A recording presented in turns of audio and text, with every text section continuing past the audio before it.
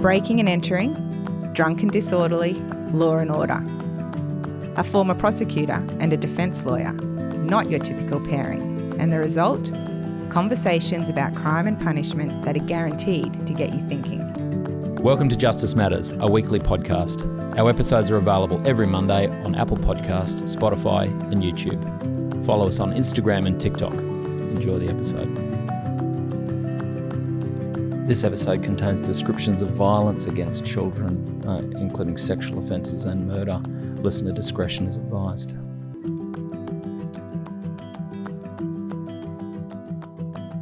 Hello, Joe. Hello, Lizzie. How are you? I'm very well. Welcome back. Thank you. I've been, waiting a week to find out the end of the Daniel Morcombe story. Well, I know, although I suppose we heard the end of the beginning. The criminal justice processes for Daniel Morcombe. But so if you didn't already listen to last week's episode, I think you should go back and listen to it before you listen to this week. Sure, but you're going to give a recap so they don't have to if they want to. I could give a brief recap. So definitely give a recap. We were talking about the abduction and murder of 13-year-old Daniel Morcombe, 2003, in the Sunshine Coast. There was a very protracted police investigation, which eventually resulted in Brett Peter Cowan being charged and convicted of the murder of Daniel Morcombe, along with some other charges. Yes. Yeah, but I think that description of it being protracted is accurate in the sense that it took a long time, but it's not like they were sitting on their hands. By the sounds of it, and we'll probably get into a bit more in this episode, really that first month they did some excellent investigations. Yes, it was a huge police effort. Yeah. But there has been some fallout because, let's get into it. A couple of this things. episode. That's what this episode is. But so they and Cowan was identified through.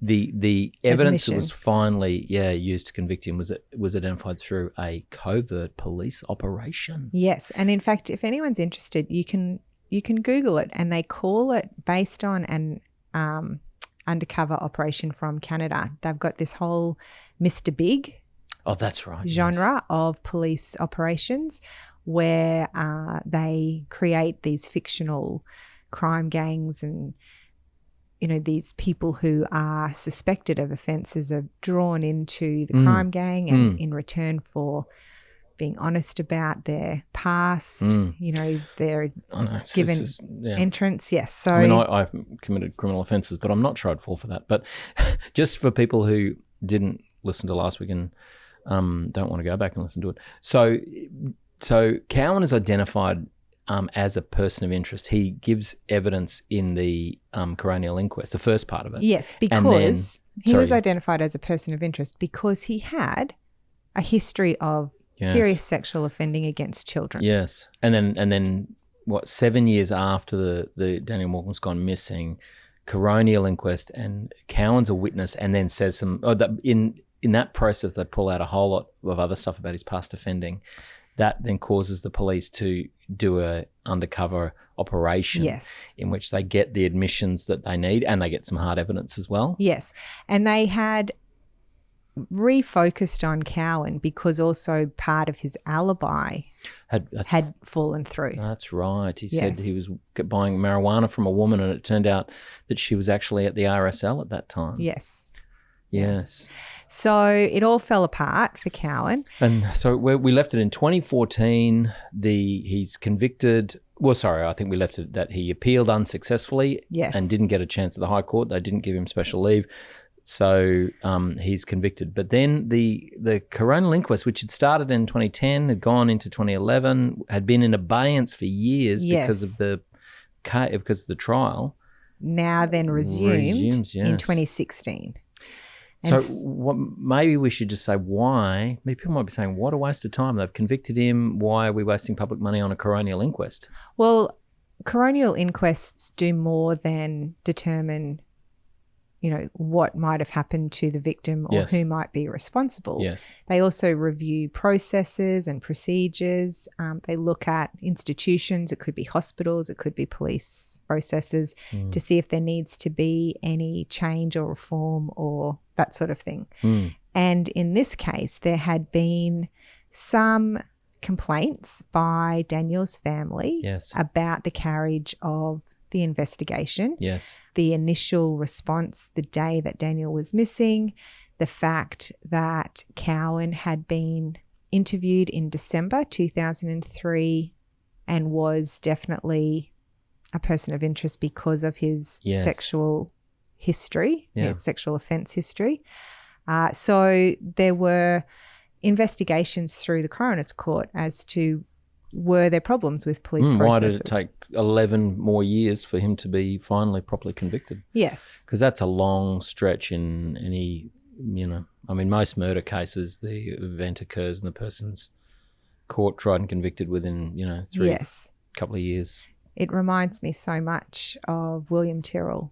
Like, we still don't know what happened to him. And I think as heinous as it is, whenever there's a child victim, the not knowing must just be such torment for the family. Yeah, but sorry, there was a trial in that case and there was an acquittal, wasn't there? In William Tyrrell. Not to do with William. That was to do with charges against his foster sister. Right. Okay. All right. So what did they talk about at the inquest? So one of the things they discussed was how police deal with missing persons reports. Yes.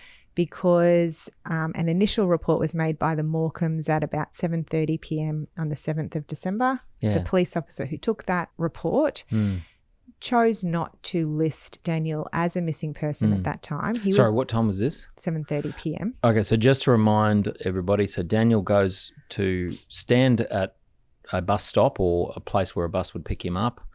He's about to head to the shops to buy his Christmas presents. About 1 p.m. 1 p.m.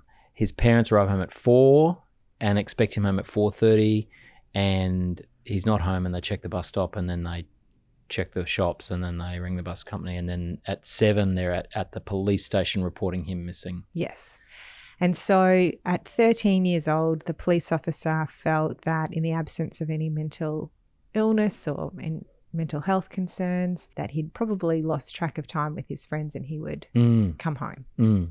The police did ring later that night on 2 occasions, and on the second occasion said, look, go to the station when it opens tomorrow morning and fill out a report if he's not back. Yes. And he wasn't. Yes. And so they did. Yes. I must say, again, I'm interested to hear what the coroner says, but I would have thought that sounds reasonable.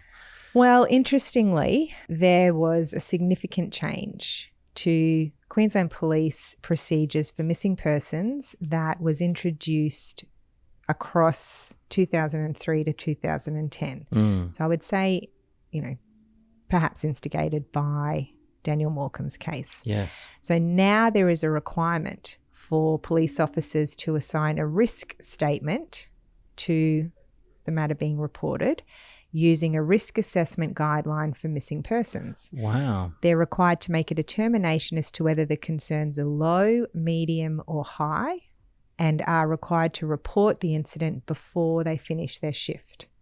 Okay. The supervisor must also sign off on whatever risk determination has been made, so a second opinion. That can be overridden by the supervisor, what that risk assessment had been, or overridden by the missing persons unit when it gets to that unit. So, how would that have, besides creating paperwork, how would that have changed what happened on the night Daniel goes missing? It probably wouldn't have, but during the inquest, the original officer who took the complaint on the 7th was questioned, and he agreed that under the revised policy, he would be required to report that Daniel was still missing at 10 p.m. to a more senior officer. Right. So that would have been a change. But the missing persons unit operates from 7 a.m. until 10 p.m. Yes, so they still wouldn't have been informed until the next day. They still wouldn't have been informed until the next day. And even though information could have been input through the Information Bureau. Again, it wouldn't have been actioned that night necessarily. Yes, because from recollection from last episode, one of the early breakthrough / turning points is on the following day when the Morcombes go and officially lodge a missing persons report, and that police officer contacts the bus company, and they get information that a bus had driven past Daniel and he was standing there with an older man. That's right. So on that night, the only thing that could possibly have changed if the new procedures were in place back then was that if there were suspicious circumstances, the Homicide Investigations Unit could have been alerted, but there was insufficient evidence to say that there were, suspicions of a criminal offence at that time. Yeah, because, the police officers going off what the Morcombes say, they're obviously parents who are distressed, completely understandably. Yes. But that officer then has to make an assessment of, what these parents, presumably they said he's a reliable lad and he's always, turns up when he's supposed to, and the officer has to make an assessment. Make that assessment. Whether that's true or not, or it's just parents trying to get the police to do something. Or overreacting. That's right. So the other thing that they said was that possibly the Missing Persons Unit may have attached a different risk category to Daniel's case on that night and provided information in relation to investigative strategies. But again, nothing concrete that would have been different. And because the police aren't being alerted till 7 p.m. at night, isn't it? 7:30 at night. 7:30 was first reported. Yeah. So what else came out at the inquest? It was also admitted this is in 2011, that there was no one officer within the QPS who had reviewed the entire investigation, who was overseeing the whole lot. Oh. Which, if we think back to the 10,000-page document and the 22,000 jobs that were logged, that is a onerous overview. Yes. But no one had. But it's boiling a frog slowly, isn't it? Because you're not reading. If you're tasked initially to oversee it, you're not reading 22,000. You're just reading them as they come in. So no one had ever been asked to review the whole lot. Yeah. So this is 2011. Okay, they're saying somebody should have reviewed it and cross-checked and that sort of thing. Yeah. Because at that point they still have the person of interest, but they don't have anything concrete on Cowan. Yeah. A later officer who took over, Assistant Commissioner Condon, said he did ask for a hot case review in the early stages of the investigation, which took approximately 7 or 8 months, and that commenced in July 2004, so 7 months after Daniel had gone missing. That review at that point, just within those 7 months, entailed looking at approximately 2,100 job logs to see if it was okay. Why not the 22,000? I think that was over the course of the investigation. Okay. Just to see if there were any lines of inquiry that needed to be prioritised. Right. That review led to the identification of 502 persons of interest that were then whittled down to the 33 that remained, right, active or whatever. When it came to the investigation into Cowan himself, who was originally spoken to by police late December 2003, so a couple of weeks after Daniel went missing, they said that there was no direct evidence linking Cowan to Daniel's abduction. He was a key person of interest for the simple reason that he was a serious child sex offender and was in the vicinity of the abduction site close to the time of the offence. Yeah, and he had admitted, hadn't he, driving past where Daniel had been on the day. To pick up a mulcher. And so the problem, just recapping from last time, the problem wasn't it, that he actually could verify his movements in terms of being at home around lunchtime because he got some phone calls, and then leaving to pick up the mulcher, and then obviously picking up the mulcher and then his alibi, in inverted commas, visiting a friend to buy marijuana. Yes. So that was initially part of the stumbling block for the police, wasn't it? That's right. Yeah. They said that his alibi was unconvincing, but it could not be easily negated. Yes. there wasn't any flashing red lights over his story. No. They did note he had a history of violent, opportunistic assaults on young boys. Yes. So were they aware? So we talked last episode about the evidence that Cowan gives in 2011 at the coronial inquest, where he talks in detail and is cross-examined in detail about the offence he commits in Darwin on how old was that boy, 7 or something? 6, where he'd choked the boy and left him for dead. Yes. After sexually assaulting him. Did the police know that early on in 2003, 2004? Well, he'd come to Queensland to complete a sex offenders program. Yeah, that's so I'm right. assuming there would have been detail about his offending, but I don't know if that would have been necessarily on the QPS data because it was from Darwin. Oh, yeah. So they would have seen he had a criminal history, but criminal histories say the charge and the penalty, but they don't say the details. No. And then in the coronial inquest in 2011, they had, didn't they, the transcript of the interview he gives to police. That's right. From the Darwin offence, and it was pretty full on. Yeah. Yeah. The guy who he picked up the mulcher from, a fellow by the name of Fitzgerald, was not even... A statement was not even taken from him until 2011. Oh, my Lord. He did say that Cowan had been there to pick up a mulcher, but he was deemed to be an unreliable witness. Oh, sorry. I probably should say this when I say, oh, my Lord. Again, people often don't understand. So police will attend somewhere and they'll have their police notebooks and they will make a note of the person's name and what the person says. And then sometimes they'll actually get the person to sign the police notebook. And then later on, they'll turn that into a statement. Or later on, they'll come back and get a statement. Yes. So it's not that they didn't record the information and what he said somewhere. No. They just didn't get a proper statement. A formal statement. Yeah, but still, I think they probably should have. Probably should have.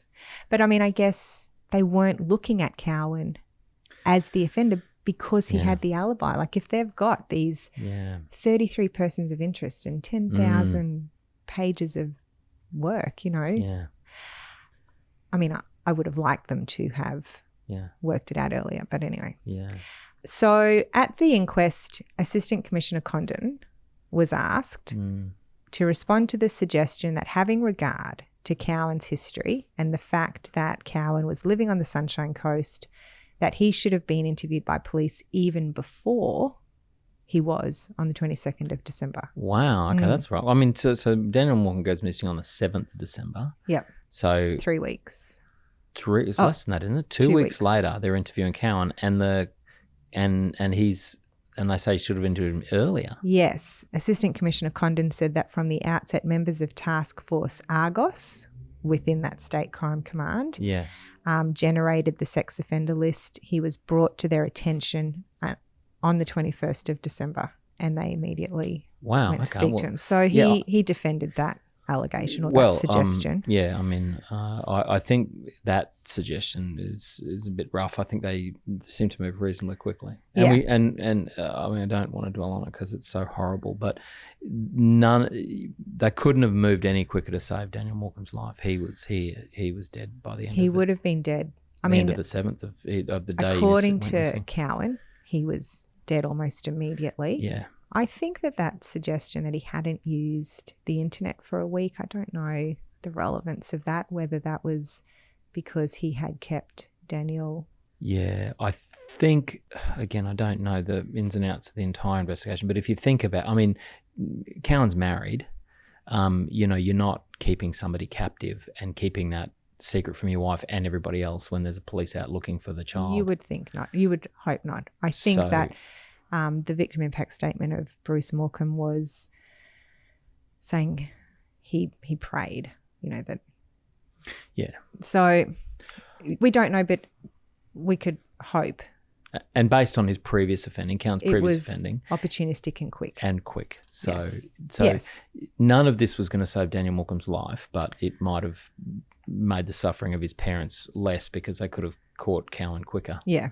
Oh, and I don't know, do we know if Cowan offended any time in the 11 years between, killing Daniel Morcombe and being tried and convicted of his murder? I don't know because there was that family court issue and so I'm not sure. Yes. I'm not sure. Okay. But obviously as well, I mean, he committed other types of offences for the covert operation. Oh, yeah, where he's being paid. Yes.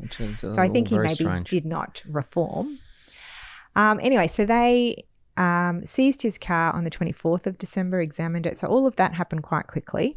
And when asked about, the timeliness of the investigations into the alibi, they said that they responded as soon as they had information relating to the alibi, that as soon as they were aware that Sandy, whoever gave him the marijuana, was not at home that day, then they acted on that information. So they acted on the information as they got it. And I mean, what were they supposed to do? Cowan gives an alibi. They go and ask the woman who's going to give the evidence that alibi. She says yes. You don't then check whether she's got an alibi. Well, she said, oh yeah, he used to come all the time. He probably did. And he'd usually stay for this long. Like, she wasn't definitive that he was there that day, but she certainly didn't say no, he wasn't. Yeah. Yeah. So I wonder how it came. So you said, I think last episode, so she's found to be at the RSL because of her gaming card or whatever that she's... Yeah, her membership card. She's swiping in at the RSL. I wonder how that came to light. It was obviously a couple of years later that it comes to light that... Yeah, so she wasn't even brought in for that alibi until 2005. Oh, wow. Okay. And then I think they looked further into him after that family court communication. Right. Whatever that was, which I don't know. And then they looked at her and alibi looked at for his it a alibi. bit more carefully. Yeah. So Assistant Commissioner Condon emphasised that in order to present a successful prosecution, evidence must be credible, reliable and admissible. And he said that the first piece of credible, reliable and admissible evidence against Cowan was his own admission that he had abducted and killed Daniel. Oh, I totally disagree with that. The first piece of it's not a confession, but it's an admission, is that he was in the area on the day, and he gives that on the 21st of December. Yes. I mean, that's boom, immediately you've got admissible evidence. That doesn't convict him. Yeah, but it certainly, sets you on that road. I mean, obviously the evidence that convicts him is his confession that comes years later, but I mean, police build circumstantial cases without a confession all the time. So I think this is something you quoted to me. He said that prior to that confession, the commissioner said, there was not a scintilla of direct evidence that implicated Cowan. Yeah, he likes using that word, Condon. And P.S., that's totally wrong because, as I've just indicated, there wasn't anything that directly implicated him, but the police build circumstantial cases all the time. All the time. Without a body. Sometimes without a body, unbelievably, yes. There was no formal review conducted by the QPS, nor was it considered necessary of the entire investigation. Assistant Commissioner Condon said that hindsight is a wonderful thing. It is much easier to look back once the answers are known, as opposed to working through voluminous pieces of information and determining what finite resources should be applied to a legitimate investigative purpose. I agree with that statement, and we can sit here and say they should have done better, but that's because we know that who the murderer is and what exactly happened. Well, can I just add a little bit extra that might change your mind? Okay. So there was 2 other police officers who worked for Task Force Argos. Okay, and that's the child sex offence unit. That prioritised the persons of interest. And it's a standing unit or something. It's existed for years, If you look at grooming offences and things on the internet, it's Task Force Argos. I think that often is involved. Yes. So this police officer, Kenneth King, was one of the officers who went to speak to Cowan. Yes. He interviewed Cowan in December. Yeah. Formed the view that Cowan was, in his words, a strong suspect. Yeah. He and his partner decided to brief the major incident room that had been set up on the 9th of December. Yeah. And they did that orally. Yeah. About their suspicions of Cowan. And King said he also wrote a report to that effect. Now, he said there were 30 to 40 police present during the giving of the oral report. Oh, wow. Yes. It was like to the all like in Brooklyn Nine-Nine when they all sit around in the room and the chief talks to them. Okay. And he said he was of the understanding that Homicide detectives were going to follow up their suggested lines of inquiry. His role in the matter ended on the 23rd of December, 2003. Okay. He said he prepared a written report in collaboration with his partner by typing it into a Queensland Police Service computer. The hard copy of his report, he said, was submitted to the major incident room, but he was not certain of the submission process. He said the report concluded that Cowan was a very strong suspect. He was surprised to learn the report had gone missing when a statement was taken from him for the purpose of the criminal proceedings against Cowan. Wow. Oh, because if they want to admit the interview with Cowan from back in December 2001, they need to do it through the officer who interviewed him. That's right. Wow, there you go.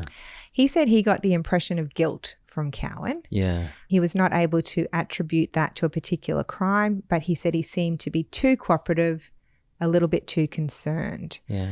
With respect to his alibi, King thought that Cowan kept his lies close to the truth, so that the only inconsistency was the time where there was a gap of about 45 minutes that could not be accounted for. Yes. When asked about his concerns in relation to the subsequent investigation of Cowan, King said that Cowan was a sex offender with a history of violent offending, consistent with the type of person who may abduct a child on the roadside. Yeah. He had admitted to being in the vicinity at the time. He had a white vehicle, possibly sighted by witnesses close to the bus stop. Yeah.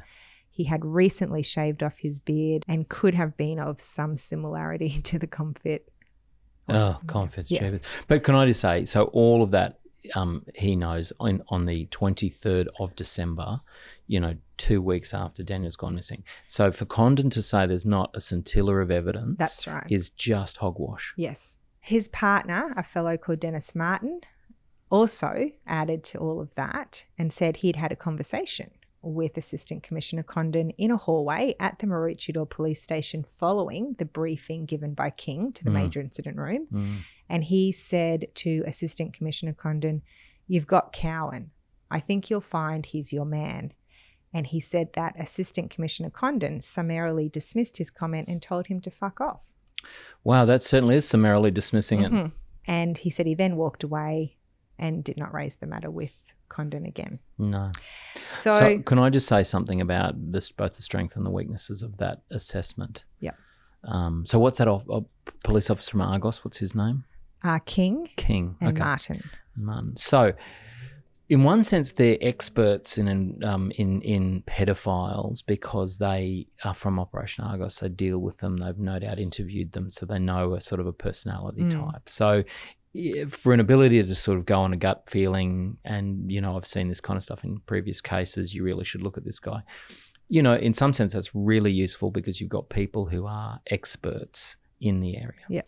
On the downside, if you're holding a hammer, everything looks like a nail. So if you're working in Operation Argos, everybody looks like a pedophile. I mean, that could be the other side to it. As it turns out, it wasn't, because they did pick the right guy. But another senior police officer who was present during that briefing, which was run by Condon, that King made the oral report to, recalled that both officers obviously felt quite passionately that Cowan's profile and his admission that he had driven past made him a significant person of interest. Yeah, I mean, I think that is that the admission that he was in the area, I think, is very important. Yeah. Okay, so the coroner accepted their evidence, but there was no proof that the written statement had ever been made. I know, it just amazingly disappeared. Isn't that just the unbelievable record keeping that 22,000 job logs are kept, but one report, that really fingers Cowan magically disappears. Yeah. So the findings of the coroner in relation to the adequacy of the police response, both immediately and throughout the investigation, was that no real difference would have been made with the missing person report the night he went missing. Yep. In hindsight, he probably shouldn't have treated Daniel's disappearance as that of a teenage boy who'd stayed out too long or who had run away. Why? Did they say why?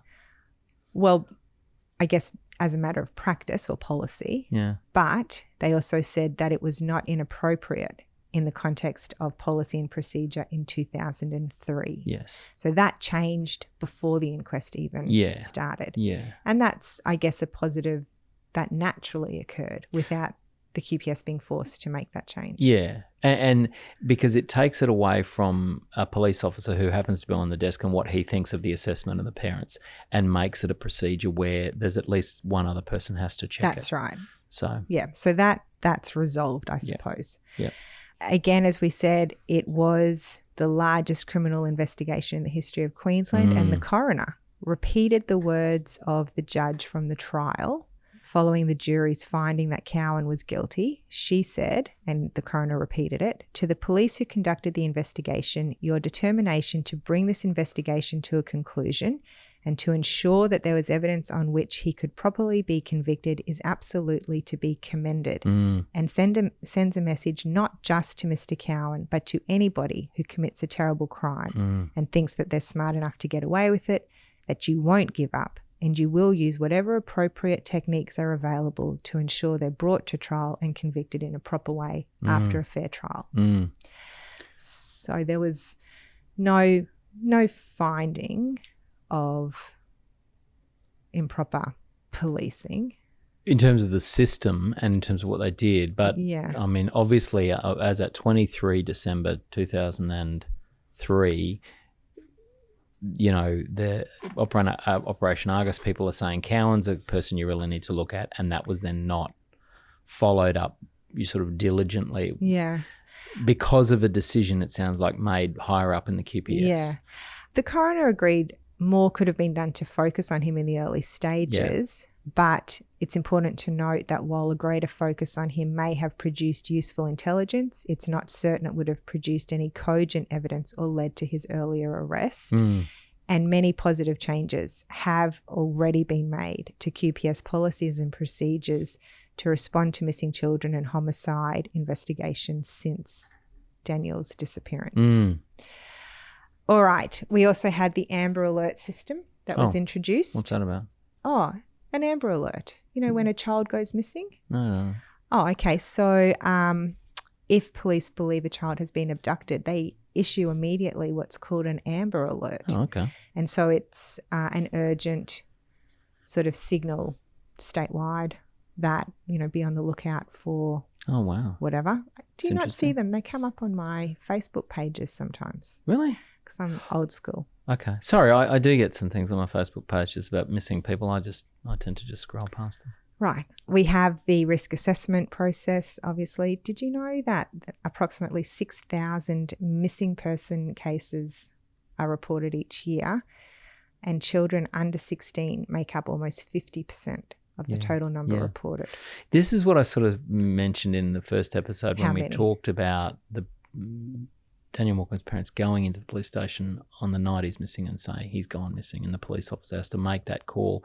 I mean, how often is there some parent coming in saying that, and the police officer? I don't have any problems with the systems they've now brought in, but you can see that police officer thinking, if we throw all our weight behind this right now, this kid, he'll probably turn up. And I think the Amber Alert is, in terms of manpower, it's not like you're deploying ground searches and that sort of thing. So it's like a bolo, be on the lookout, but with more urgency is my understanding. Yeah. I mean, but they did do ground searches you were saying that the SES in Daniel's case were out within a week. Yes. And the police divers were out. Yep. So, yeah. The operational procedures manual for the police also now requires that high-risk missing persons be monitored by a significant event review panel for a minimum period of 6 months from the date the missing person investigation was commenced.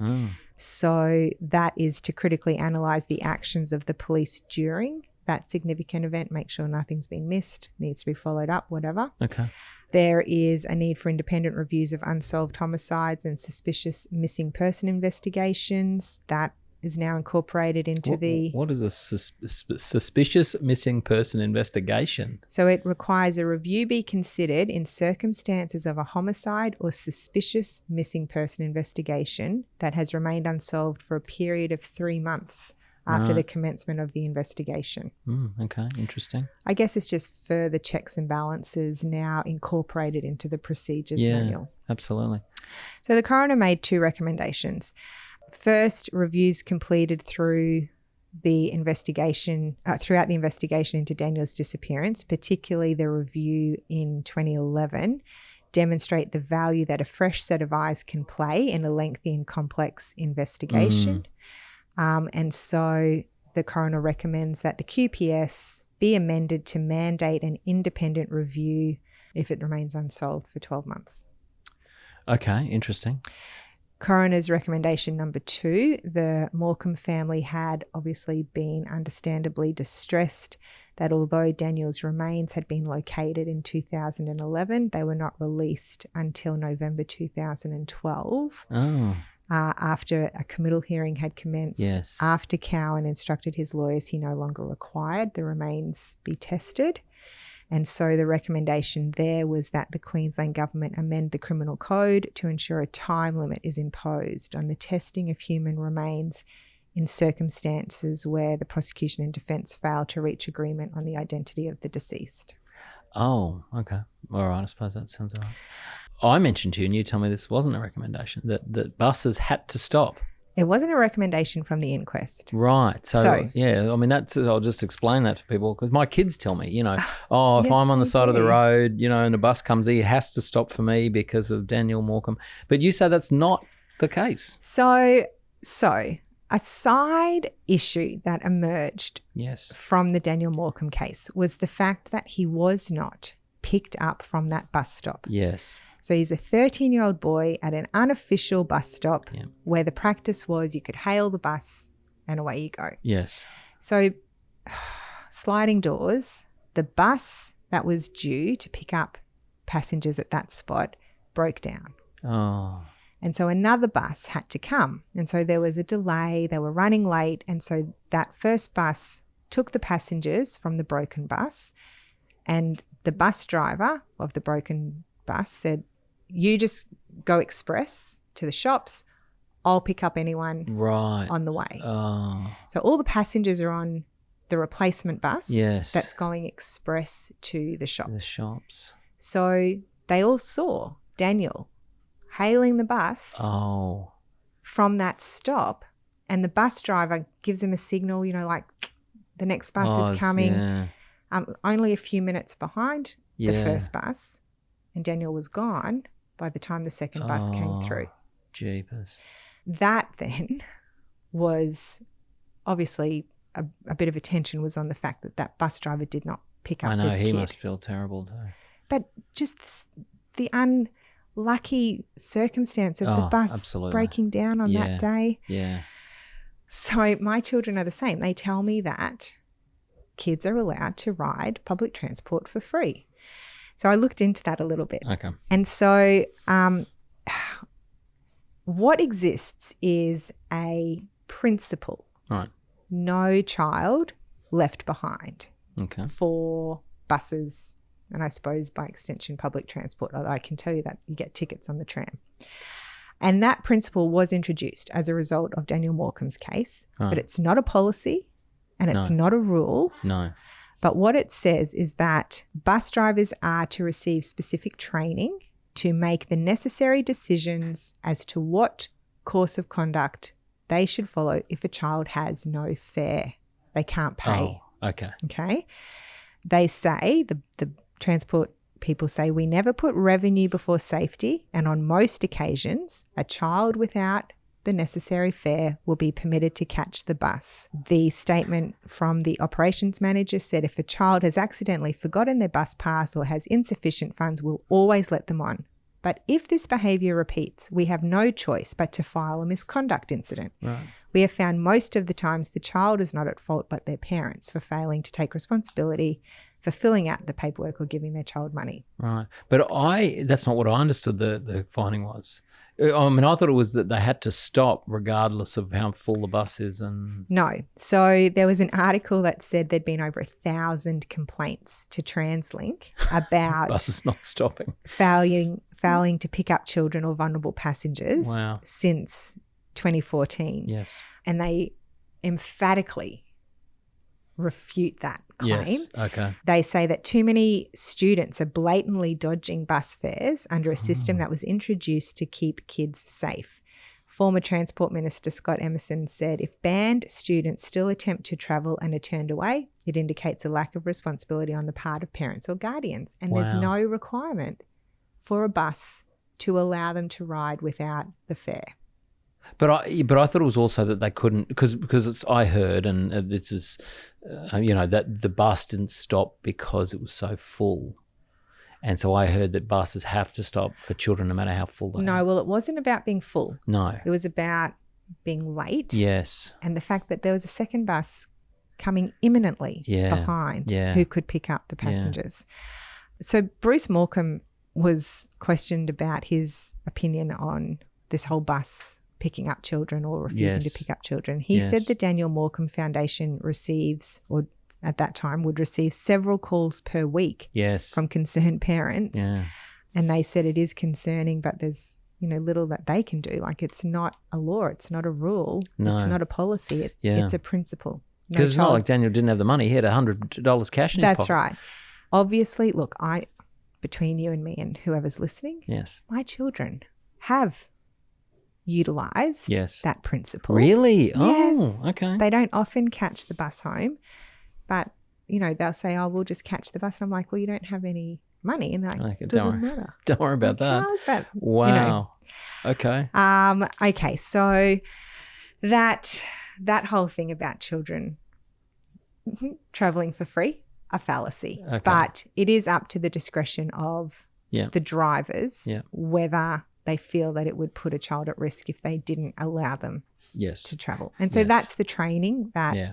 But nowadays too, with the tap on, tap off, I mean, I suspect they're not even looking. There was recently, 2021, a bus driver got sacked because there were 3 boys aged 8 to 10 and he refused to let them on his bus. 2 of them had tapped on. The third one didn't have any money left on his card. And he said, well, you can't, just walk. He told them to walk. You're joking. And the other boys had said, can we tap on for him? And he's like, no, get off the bus.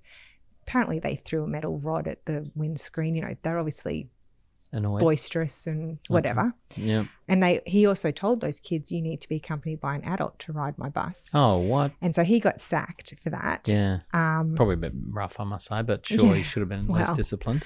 But also because it was proved that he specifically knew about the No Child Left Behind principle, and that telling kids that young to walk to where they were going was not the spirit of the principle. Not cool. Yeah. So, I mean, and because they're quite young, 8 and 10. 8 to 10, really little.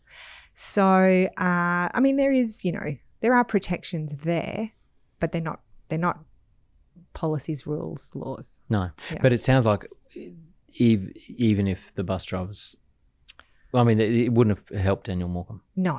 Because the bus driver thought there was a bus, and there was a bus. There was a bus coming. Just behind him. Yep. So it was like... the timing. The statistical likelihood of this occurring was so low because it was an opportunistic attack. It was a stranger, which that almost never occurs. And the buses, and they've got as much chance of getting struck by lightning.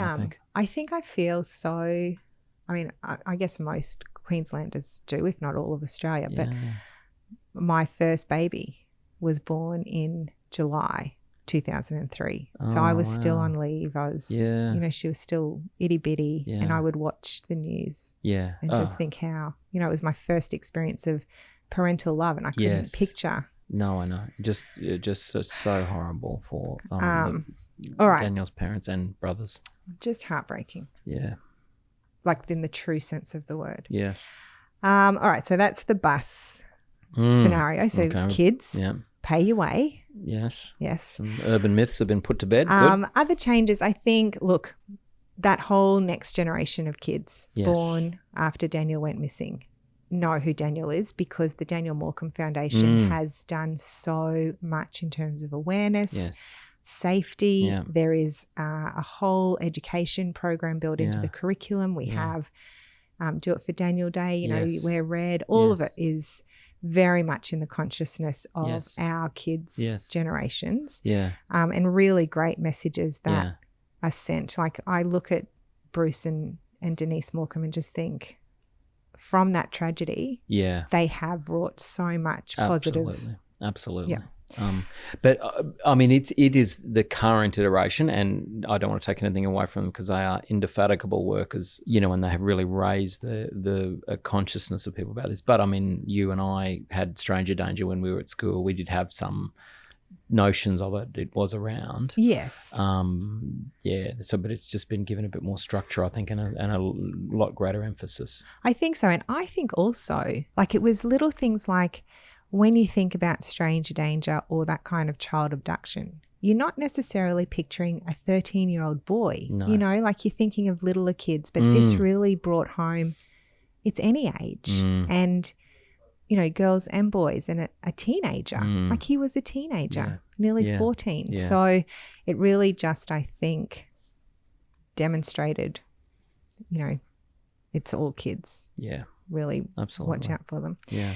And then it brings me back to where I started this whole thing with the National Sex Offender Register. Oh, okay. Yeah, that's right. So the other thing that the Morcombes have been pushing for is a National Sex Offender Register that is public, so that members of the public would know if there were pedophiles living in their communities. So just to remind people who haven't listened to the first episode, so Queensland certainly does, and I suspect all states do, have a sex offender register which is available to the police. And sex offenders are on that for a period of time, not for their whole lives. And they have to effectively clear the address at which they're living with the police. Yes, they have to keep the police informed. Yeah, about where they're moving. So, and the police have a right of veto. You can't live next to a school and blah, blah, blah. Yes, in certain circumstances. Yeah, but what the Morcombes are suggesting is, one, a national one, so linking up all of the state and territory ones, so that if somebody from Queensland, a pedophile on the Queensland register, moves down to New South Wales, the New South Wales authorities are then alerted, but also a public one so anybody can go and search it. Yes. And that's a big step. It is a big step. There's a whole document you can find online that is promoting this idea of Daniel's Law from the Morcombes. Yes. It's meant to be a freely accessible register, federally funded, and understood to be an educational tool. Okay. So it can aid in the safety of children by allowing people in the privacy of their own home to be educated about the geographical whereabouts of high-risk convicted offenders. That just sounds like that is just marketing that. Honestly. I mean, prisoners who go to jail convicted of sex offences have to go into mandatory. They're not in general population. They are automatically put in, secure custody or a special area with a whole lot of other sex offenders because they will be bashed in jail. So the idea that if they were out in the community, somebody wouldn't look up the sex offender register and turn up at their house and bash them, is just crazy. I know. And look, totally unrelated, but remember Ferguson? Dennis Ferguson, and he committed suicide because he was hounded so much. Well, and hounded so much, like he was a recidivist. He Absolute had recidivist. Repeat sex offences against children. Yes. Having said that, I think his last case he was acquitted of. Yes. So he'd served his time. Yes. And he was released. Yes. And he could not live in the community. So his last place of residence was a house on prison grounds because it was where he was safest. Yes. And he was still hounded and he did commit suicide. Yeah. But he was hounded because the media knew what he looked like and the media used to work out where he was living and take photos of it and put it in the paper. That's right. Yeah. It was because of vigilanteism. Yeah. I do understand that. And I have zero sympathy in one way because he did commit heinous crimes, but our whole system is predicated on you do the crime, you do the time. The time and then you're, released. Supposedly rehabilitated. And that never happened for him. So I can see your concerns. Yeah. But you might as well just have these people just killed by a lynch mob. It's like if they're convicted, we'll just get a lynch mob out and they'll be killed and strung up in a tree and we can all look at their dead body and think about how we shouldn't go and offend against children. It's effectively what's going to happen. Well, the Department of Home Affairs commenced consultations for a National Child Sex Offender Register in 2019. Yeah. The 2019 to 2020 federal budget provided $7.8 million to establish a register. And that was the last we heard of it. No, well, I don't have a problem with a national register. I have a problem with a national register that's publicly available. But that one hasn't even happened. So, the national register hasn't happened. Yeah, I don't know where that is. There was a Northern Territory bill, but it was withdrawn. in 2015, it was put forward in the name of Daniel for a public register. Yeah. Western Australia have a community protection website that provides access to photos and information on Western Australia's most dangerous and high-risk sexual offenders. So that's in existence in WA. But while they're in prison or when they get out? It just says it's information on the most high-risk sexual offenders. And photographs. It provides 3 tiers of information access. So you don't get all of the information. Some of it is upon application and some of it is just for police, is what I understand. Oh, okay. Well, okay.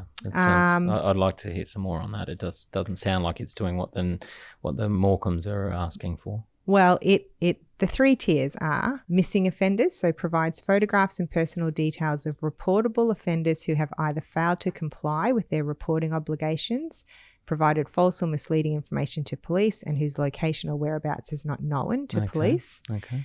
Then there is the local search, which provides photographs of dangerous and high-risk offenders in your suburb or surrounding suburbs. But do they give the offences, or do they just say this is a dangerous offender? I mean, it could be, for example, a person who's convicted of a violent crime. Yeah, it just says most dangerous. Well, it says most dangerous and high-risk sexual offenders.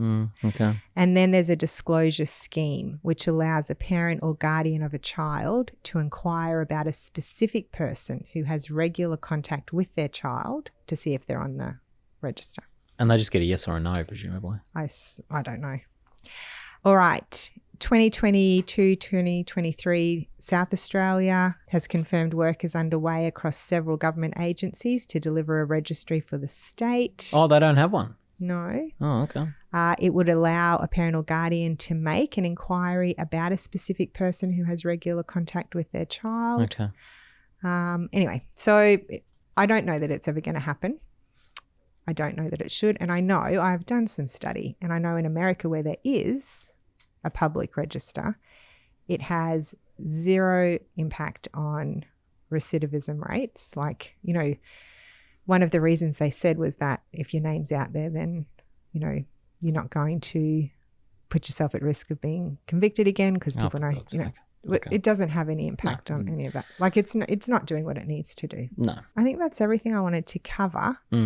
I think the police processes are much improved in terms of missing persons. I think that's good. We've got those risk assessments. The undercover operations will be an ongoing issue, I think. Yeah, well, I think because they sail so close to the wind. I mean, we talked about in the first episode how they are about a person's right to silence. A person is allowed not to incriminate themselves by what they say. And these operations are designed really to circumvent that, to get around that, to get them to talk about the offence to people who are undercover police officers. And there are rules around that. It's not just carte blanche for the police, but they skate very close to breaching people's right to silence. But they don't quite breach them. Well, the High Court certainly has said, and as I said last time, one of the grounds of appeal for Daniel Morcombe was that it was unfair to him, the undercover operation that occurred, and the appeal court threw that out. They were happy that everything was done properly by the police. But as I say, it's sailing very close to the line, and so... Well, and you know what else? Like, he hadn't been arrested or questioned by police, so he would never have exercised his right to silence. So as a suspect. You know what I mean? Like... Yeah, he was questioned on the 22nd of December. But I don't think that was at his house, I'm pretty sure. Really? Oh, actually, no, I might be making that up.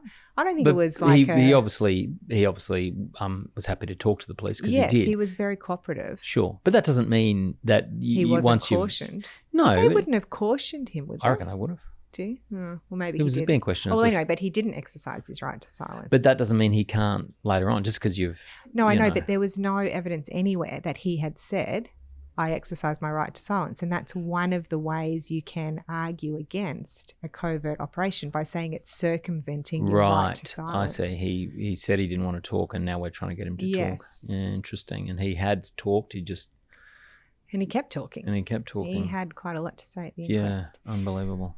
that's it. It's such a sad story, and sad story. It is just a parent's worst nightmare. And whenever I, hear about it, I always feel for Daniel Morcombe's parents and his brothers. Yes. It's just such a tragedy, and such bad luck. I'm just very pleased Cowan got convicted. Yeah. All right. Thank you, Lizzie. No worries. Bye. Thank you for listening to the episode. If you enjoyed it, please rate and review or like and subscribe. It all helps Lizzie and I keep this podcast going. If you're interested in clips, you can look at them on Instagram and TikTok. Just search for Justice Matters Pod. See you next episode.